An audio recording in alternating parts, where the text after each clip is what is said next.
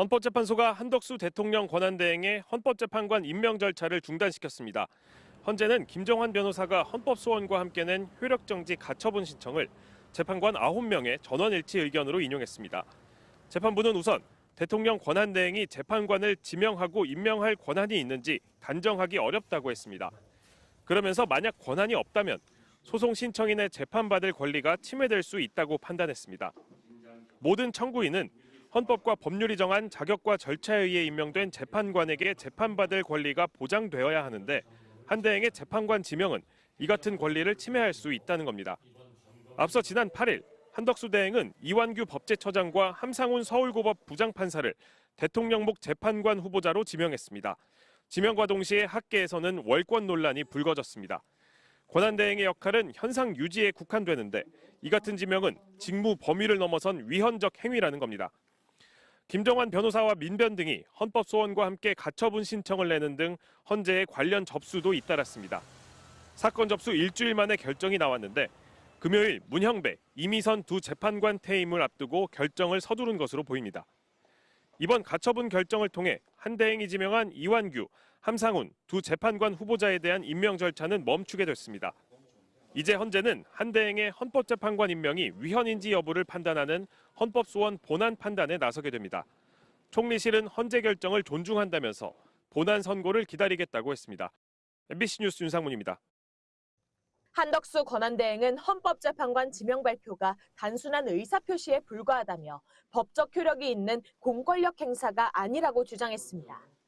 후보자 2명을 발표했을 뿐이라면서 행정기관 내부 의사결정 과정의 일부라 발표만으로는 법률적 효력이 없다는 겁니다. 효력이 없어 기본권을 침해할 일도 없다는 논리를 폈습니다.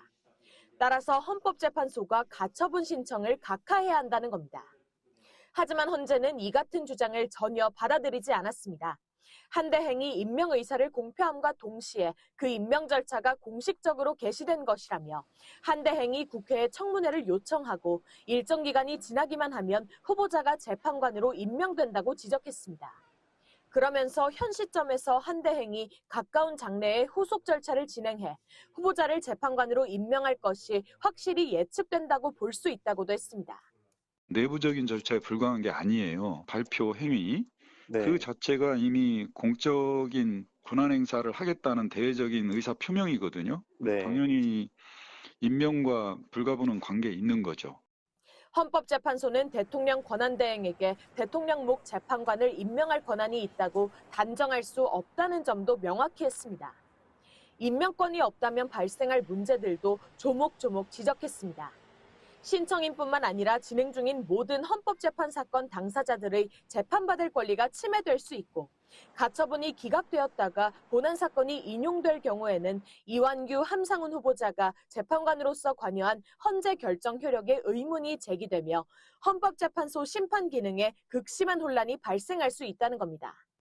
대다수 헌법학자들은 권한대행의 역할은 현상 유지에 국한되기 때문에 권한대행의 대통령목 재판관 지명은 직무 범위를 넘어선 위헌이자 월권이라고 지적해왔습니다.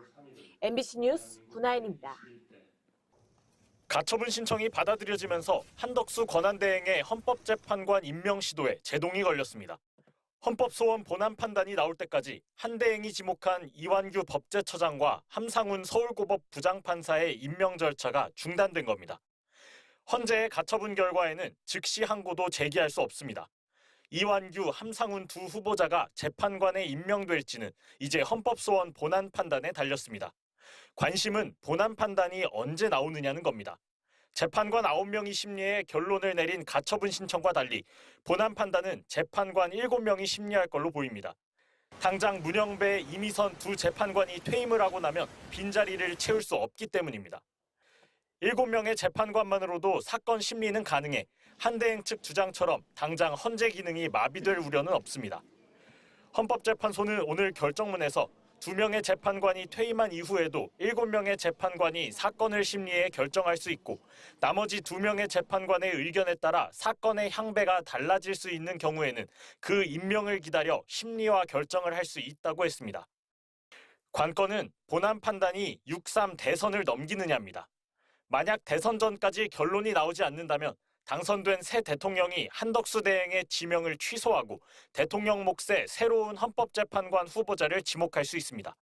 이 경우 헌법재판소는 헌법소원의 이유로 제기된 기본권 침해 사실이 없다고 보고 본안을 각하할 가능성이 높습니다. 그런데 만약 대선 전에 본안 판단이 나온다면 경우의 수는 복잡해집니다. 인용이든 기각이든 헌재가 위헌 여부에 대한 판단을 내린다면 그 결론에 따라야 합니다. MBC 뉴스 송정훈입니다.